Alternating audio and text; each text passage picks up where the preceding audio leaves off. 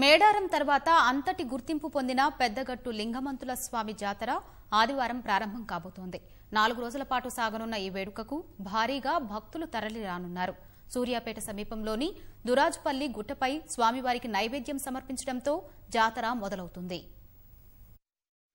తెలంగాణ పేరు చెబితేనే మహా జాతరలు గుర్తుకొస్తాయి. మేడారం సమ్మక్క సారలమ్మతో పాటు కొమరవెల్లి, కురుమూర్తి, నాగోబా ఇలా జాతరలకు రాష్ట్రం పెట్టింది పేరని చెప్పాలి. యాదవుల ఇలవేలుపుగా లింగమంతుల జాతరను భావిస్తారు. లింగమంతుల జాతరను పెద్దగట్టు జాతరగా, గొల్లగట్టు జాతరగా పిలుస్తారు.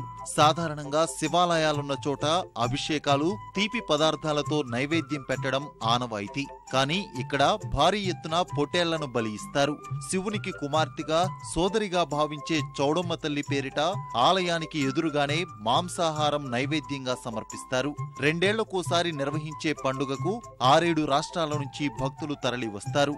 లింగమంతుల జాతర యాదవుల ఆచారాలకు అద్దం పడుతుంది.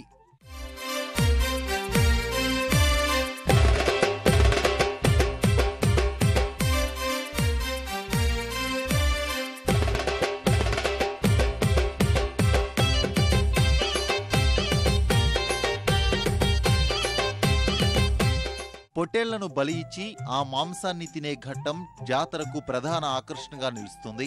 5గురు పెద్ద మనుషులు నాలుకను ఆడిస్తూ పదార్థాలను తింటారు. ఈ వేడుకను తిలకించేందుకు అందరూ ఆసక్తి కనబరుస్తారు. లక్షల్లో వచ్చే భక్తులకు ఇబ్బందులు కలగకుండా అధికారులు ఏర్పాట్లు చేస్తున్నారు. హైదరాబాద్ విజయవాడ జాతీయ రహదారి జనసంద్రంగా మారబోతుంది. 2 రోజుల పాటు జాతీయ రహదారిని ఒకవైపు మూసివేయనున్నారు.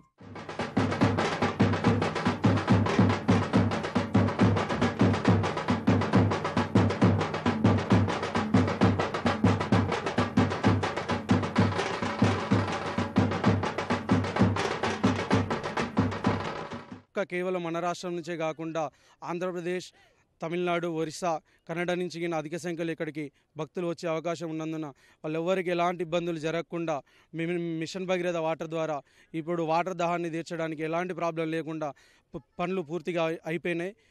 అదేవిధంగా గుట్టపైన నాయి బ్రాహ్మణులకి కళ్యాణ ఘట్టాన్ని ఏర్పాటు చేయడం జరిగింది. అదేవిధంగా విఐపీలకి విశ్రాంతి గదులు, అదేవిధంగా దేవాలయ పూజారులకిన రూమ్లు శాశ్వతంగా ఏర్పాటు చేశారు.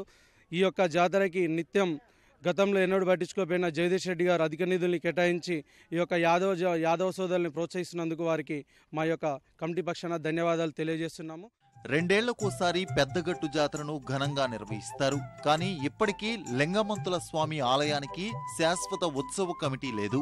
గుట్టపైన వచ్చే ఆదాయాన్ని దేవాదాయ శాఖ, గుట్ట కింద వచ్చిన రాబడిని గ్రామ పంచాయతీ ఖర్చు చేస్తున్నాయి. దీంతో నిధులు సరిపోక భక్తులకు సౌకర్యాలు కల్పించని పరిస్థితి ఏర్పడింది. ప్రస్తుత ప్రభుత్వం 1,70,00,000 మంజూరు చేసినా చివరి నిమిషం వరకు అభివృద్ధి పనులపై అధికారులు దృష్టి సారించలేకపోయారు.